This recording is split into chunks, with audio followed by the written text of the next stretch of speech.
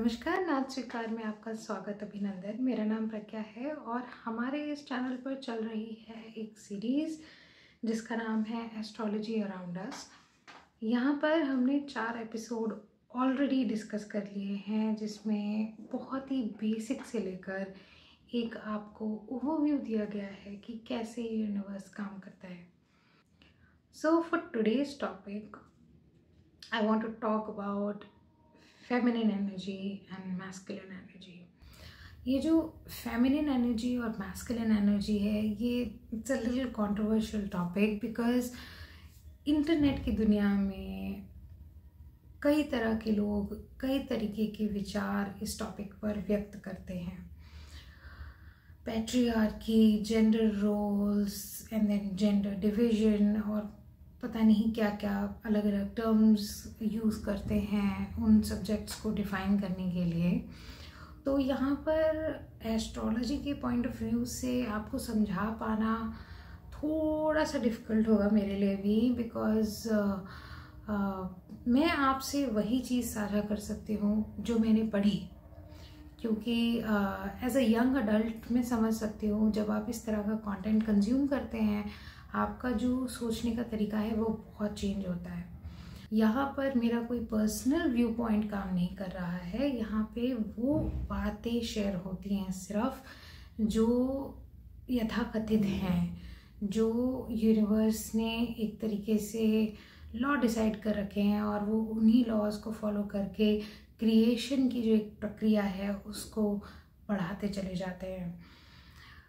Universe को कोई ना कोई तरीका ढूंढना है कि क्रिएशन लगातार होता रहे। क्रिएशन और डिस्ट्रक्शन एक कॉन्टिन्यूस प्रोसेस है, हमें भी पता है।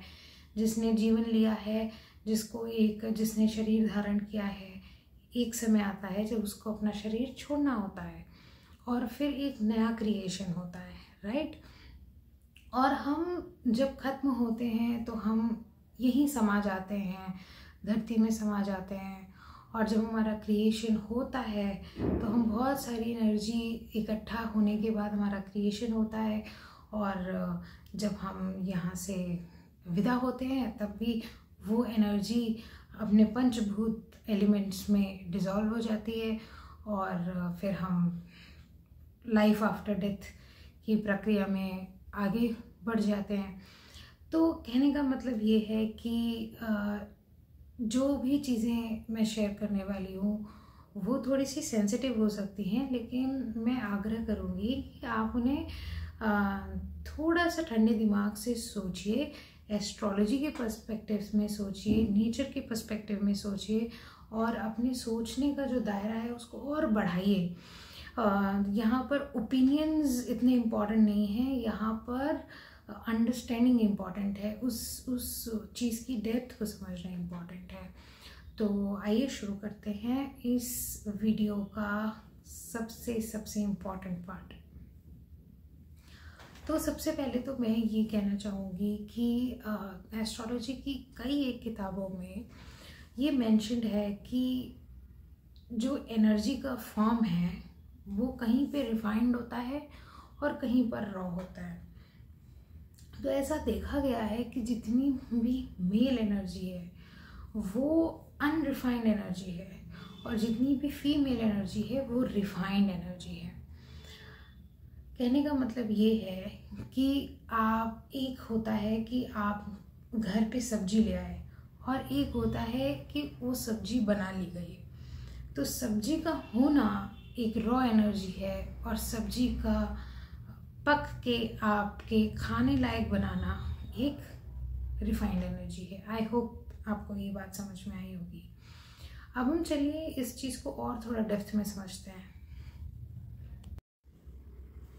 चलिए इसको हम साइंस के माध्यम से समझते हैं। जब भी कोई चीज़ गिवर होती है, फॉर एग्जाम्पल एक चेन रिएक्शन है या एक रिएक्शन है जिसमें एक एटम जो अपना इलेक्ट्रॉन रिलीज करता है उस पे पॉजिटिव चार्ज आ जाता है और जो एटम उस नेगेटिव चार्ज को लेता है वो और नेगेटिव हो जाता है। यानी कि जो डोनर है वो पॉजिटिव है और जो रिसीवर है वो नेगेटिव है, ठीक है। और अगर हम सिमिलरली बात करें यूनिवर्स की, तो यूनिवर्स में जो दाता है वो हो जाता है पॉजिटिव, और जो रिसीवर है वो हो जाता है नेगेटिव। और इसी तरीके से जो गिविंग की एनर्जी है, जो देने की एनर्जी है, वो एनर्जी मेल एनर्जी है, अनफिल्टर्ड एनर्जी है। और जो रिसीव करने की एनर्जी है, होल्ड करने की एनर्जी है, रिफाइन करने की एनर्जी है, वो एक फीमेल एनर्जी है, जिसको हम नेगेटिव एनर्जी कहते हैं। अब यहाँ पे पॉजिटिव और नेगेटिव इस तरीके से नहीं है कि पॉजिटिव वाइब्स और नेगेटिव वाइब्स, नहीं, वो एक अट्रैक्शन है, the attraction between a positive and a negative sign, है ना। ऑपोजिट दिखाने के लिए हमने प्लस और माइनस को यूज किया है, ऐसा आप समझ लीजिए, ठीक है। अब प्रकृति में जो भी सारी चीजें आपकी कुछ प्रोड्यूस करती हैं, ठीक है, एनीथिंग दैट प्रोड्यूसेस, वो हमेशा हमेशा एक नेगेटिव साइन होंगी, एक फीमेल एनर्जी कैरी करेंगी। और जो भी चीज़ें देती हैं, मतलब जो अबंडेंस में है, जो मल्टीपर्पज़ है, जो कोई भी यूज़ कर सकता है, जो कहीं भी जा सकता है, किसी का भी हो सकता है, वो एक मेल एनर्जी है, ठीक है। अगर हम बात करते हैं एस्ट्रोलॉजी के टर्म्स में, तो ये कहा गया है कि जितने भी ऑड साइंस हैं वो सारे के सारे पॉजिटिव साइंस हैं, और जितने भी इवन साइंस हैं वो सारे के सारे फीमेल एनर्जी को कैरी करते हैं, यानी कि वो नेगेटिव है। अब यहाँ पर सेम कॉन्सेप्ट हमको अप्लाई करना है। अब इस बात की डेप्थ को आपको समझना होगा कि नेगेटिव मतलब उसको चाहिए, और पॉजिटिव मतलब वो देने वाला होना चाहिए, ठीक है। अगर हम देखिए, मैं एक लिस्ट बनाती हूँ यहाँ पर, जो सारे हमारे नेगेटिव साइन हैं और यहाँ पर जो हमारे पॉजिटिव साइन हैं। अगर आप ध्यान से ऑब्जर्व करें तो जितने भी हमारे पॉजिटिव साइन हैं, यानी कि मेल साइन हैं, वो सारे के सारे एयर एलिमेंट में हैं या फिर फायर एलिमेंट में हैं। एयर हमें पता है कि अबंडेंस में प्रेजेंट है धरती के ऊपर, है ना। वही एयर है जो कार्बन डाइऑक्साइड भी कैरी करती है, वही एयर है जो ऑक्सीजन भी कैरी करती है। एयर हर जगह अवेलेबल है, लेकिन उसको रिफाइन कौन करता है? हमारी बॉडी करती है वो रिफाइन, ठीक है।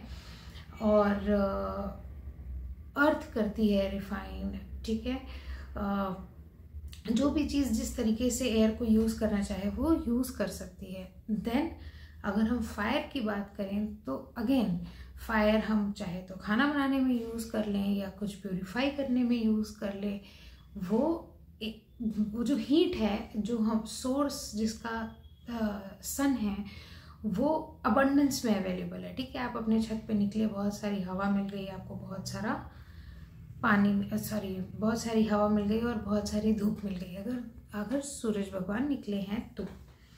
Now if you talk about female signs या फिर negative sign that is present to attract, उसमें हमारे दोनों साइंस वैसे आते हैं जो अर्दी हैं और वाटर साइंस हैं। तो इससे हमें एक चीज़ और पता चलती है कि वाटर और अर्दी साइंस हमेशा होल्ड करता है, ठीक है। तो होल्ड क्या करता है? आप जो उसको दोगे वो होल्ड कर लेगा, ठीक है। All the emotional signs 4, 8 and 12 are negative signs and earthy signs, not really earthy but all the. So अगर आप इमोशनल साइंस भी देखो तो all the 3 emotional signs 4, 8 and 12 are again negative signs, again feminine signs. Why? Because जितना भी emotion है वो moon represent करता है। नाउ इस कॉन्सेप्ट को और थोड़ा डेप्थ में हम ले जाएंगे। I know it can be a little difficult for a few people, but आप इस वीडियो को आगे पीछे करके 2-3 बार देखना, आपको समझ में आ जाएगा. Let me take an example of sun and the moon. ठीक है, सन हमारे 5 नंबर राशि को रूल करता है, that is Leo, right.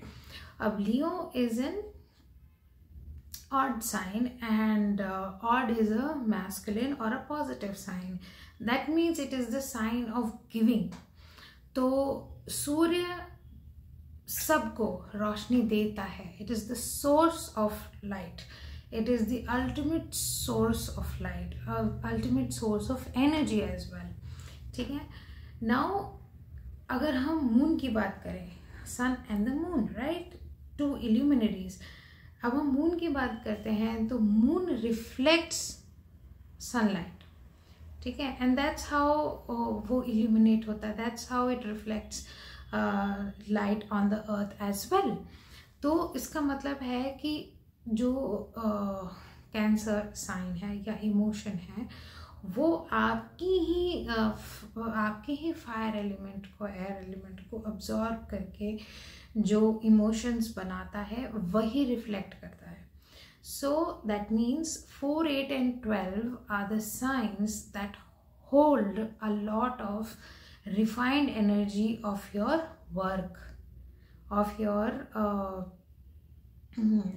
Air and fire sign. So I hope आपको ये मून एंड सन का जो ये रिलेशन है आपको समझ में आया होगा कि जो भी हमारी उत्पत्ति होती है, ठीक है, वो सन एंड मून को मिला के होती है, राइट. फादर एंड मदर को मिला के होती है. अब जो क्रिएशन है वो हमेशा तब होता है जब फीमेल और मेल एनर्जी मिलते हैं. तो जब एक रॉ एनर्जी एक रिफाइन करने वाली डिवाइस या रिफाइन करने वाली एनर्जी से मिलेगी, तभी उस एनर्जी का सही यूज़ हो पाएगा. आपने सुना होगा, बहुत लोग ऐसा बोलते हैं कि लड़कियां मकान को घर बनाती हैं. इट इज़ बिकॉज उनकी एनर्जी ही वैसी है. जब भी हम किसी फीमेल का चार्ट देखेंगे तो हमें उनके अर्दी साइंस और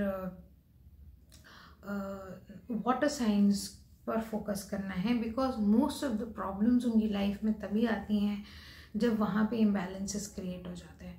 जब भी हम किसी मेल का चार्ट देखेंगे उनमें प्रॉब्लम्स तब ज़्यादा आती हैं जब उनका फायर एलिमेंट और एयर एलिमेंट बिगड़ा होता है.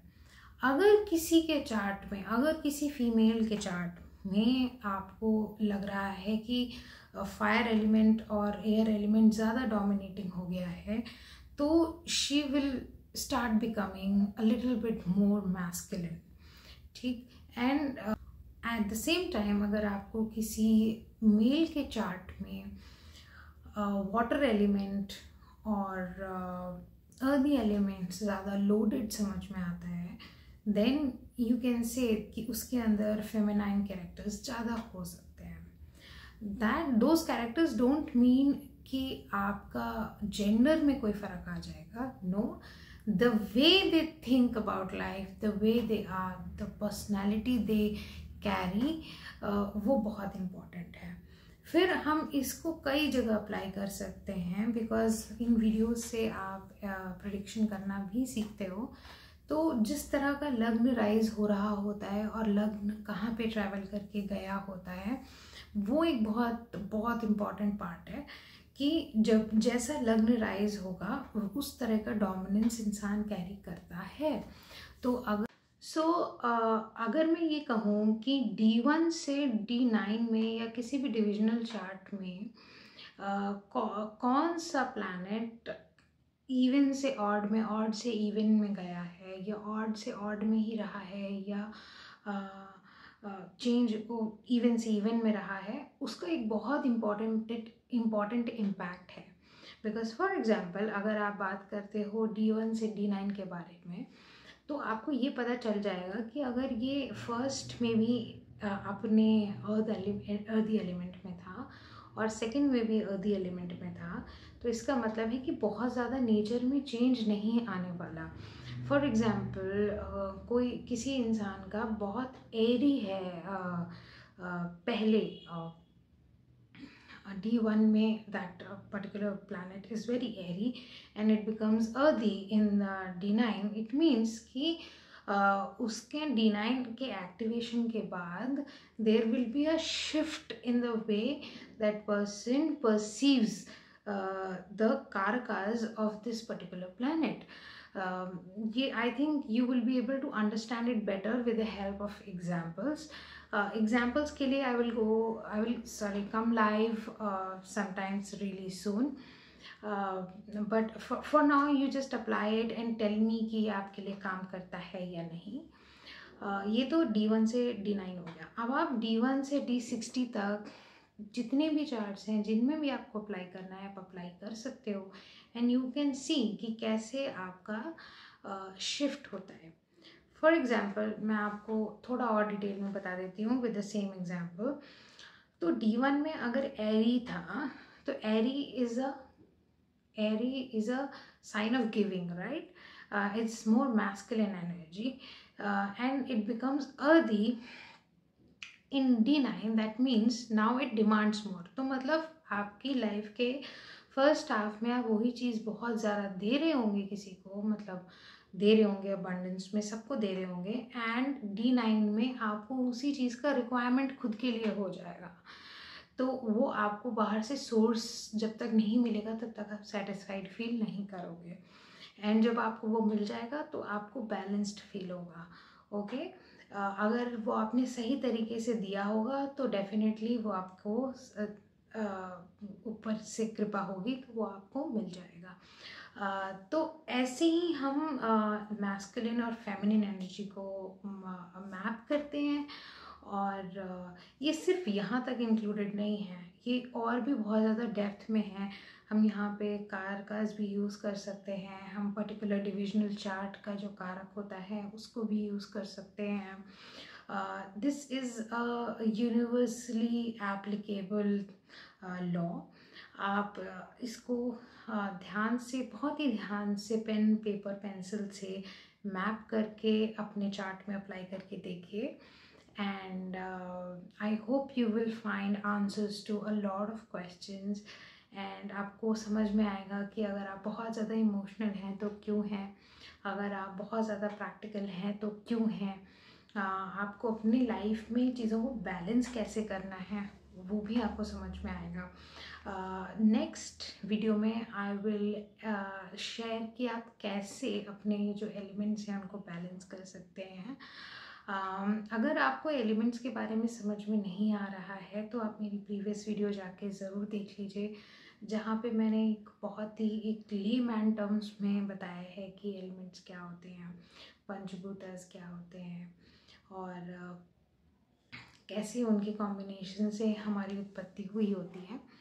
So I think this is more than enough for this particular video. I hope I was able to deliver the content appropriately, with the blessings of Srinath ji. We are growing great as a channel. It is all because of you all. Your love and support means the world to us, and please keep showering your love and blessings on us.